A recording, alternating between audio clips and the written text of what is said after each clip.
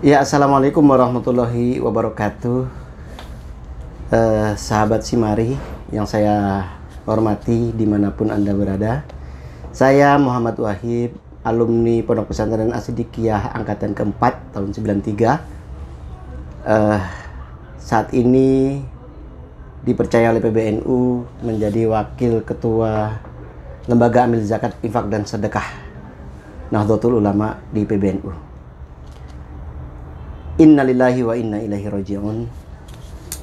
Kabar duka menyelimuti dunia karena meninggalnya seorang alim, bagian dari musibah terbesar. Kita semua alumni As-Siddiqiyah sangat merasakan kehilangan. Sejatinya umat muslim juga merasakan hal yang sama dengan kepundutnya Syekhinal Kiram Al-Maghfurlah Dr. Kiai Haji Nur Muhammad Iskandar SK. Itu tidak bisa lepas kehidupan saya pribadi atas bimbingan beliau, karena saya masuk As-Siddiqiyah tahun 89 sehingga 2007 saya meninggalkan pondok pesantren karena berumah tangga. Selama perjalanan waktu puluhan tahun di As-Siddiqiyah tidak lepas atas bimbingan Murabbi Ruhina. Abah Dr. Kiai Haji Nur Muhammad Iskandar SK bukan hanya pengajar, tapi beliau pembimbing. Bukan hanya ahli ceramah, singa mimbar, singa podium, tapi beliau juga uswah hasanah. Bagaimana tidak, dalam tempaan dan bimbingan beliau, kini hampir mayoritas alumni semuanya menjadi anfa' linnas. Itu selalu beliau sarankan kepada alumni untuk jadi apapun selagi nilainya khairun nas anfa'uhum linnas. Saya pribadi sering diajak beliau keliling, dakwah keliling, atau saat beliau mengisi pengajian saya diajak. Saya tanya, Abah, kenapa setiap ceramah kemanapun Abah harus membawa orang? Beliau hanya menjawab bahwa supaya nanti saat saya sholat di perjalanan itu ada jamaah, atau kita bisa bersolat jamaah. Masya Allah, beliau tidak mau meninggalkan satu sholat pun tanpa berjamaah. Sholat sendirinya hanya untuk sholat sunnah.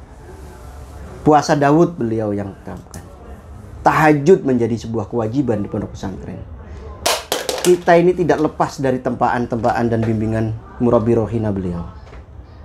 Saat tiba beliau sakit, kami pun menangis, sedih.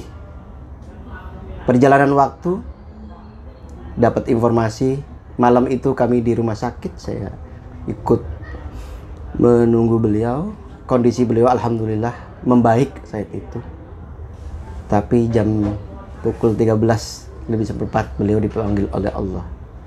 Padahal sebelum itu beliau kondisinya membaik. Membaiknya dalam rangka pamit kepada kita semua. Beliau selalu senyum, membimbing kita bukan karena emosi, tapi karena rahmah untuk menuju mahabbah. Kecintaan kita kepada beliau sangatlah tinggi, karena hampir separuh perjalanan hidup saya atas tempaan dan bimbingan beliau. Beliau tidak pernah mengatakan kepada santrinya untuk menjadi yang tidak bermanfaat. Selalu doa beliau kepada santrinya, kepada alumninya, untuk menjadi khairun nas anfa'uhum linnas, yang banyak manfaat kepada masyarakat apapun profesinya. Alhamdulillah, di tahap terakhir saya bisa bermuajahah dan bisa berpamit untuk mencium kening beliau saat telah dimandikan. Beliau senyum. seakan pesan kepada alumni bahwa optimisme hidup harus terus terjaga. Beliau orang yang sangat optimis terhadap apapun. Untuk kebaikan selalu optimis, sehingga Asidikiyah menjadi 11 cabang. Ini bagian dari tirakat dan riyadhah beliau. Kami santri-santri dan alumni Pondok Pesantren Asidikiyah merasa sangat kehilangan. Tapi apapun, Allah Maha mencintai hambanya yang memang bagian dari paku bumi di bumi Nusantara ini. Sahabat-sahabat semua, beliau selalu tidak berharap alumni untuk yang lain, hanya kiriman doa bermanfaat. Kami menyadari beliau selalu memberikan banyak ijazah. Di antaranya ijazah laqad ja'akum rasulun min anfusikum azizun alaihi ma anittum harisun alaikum bil mu'minina raufur rahim. Ini beliau sampaikan untuk dibaca 7 kali ba'da sholat. Dalam doa selalu beliau juga Allahumma ij'alni syakura wa adni sabura wa jani fi'anani sohira wa fi'on nasi wa da'i kabira. Kita menyadari bahwa kadang kita merasa lemah, tidak ada artinya, kurang bermanfaat dalam Pondok Pesantren Asidikiyah. Tapi ternyata kita di luar itu sangat dihargai dan menjadi banyak teman-teman kita menjadi pionir, menjadi leader, menjadi rois, menjadi pemimpin di luar. Karena apa? Fi ayuna siwalda ikabiro. Menurut banyak orang, musuh orang lain, bahwa Asidikiyah itu dianggap lebih besar. Dan jiwa anak-anak santri, alumni juga kini bisa menguasai di berbagai bidang. Ini tidak lepas dari terapan dan tempaan Syekhinal Kiram Murabbi Rohina Dr. Kiai Haji Nur Muhammad Iskandar Reski. Tentu ini bagian dari yang tidak bisa kita elakkan, sahabat-sahabat. Mungkin nanti kita akan banyak hal yang bisa kita ambil contoh keteladanan Syekhinal Kiram.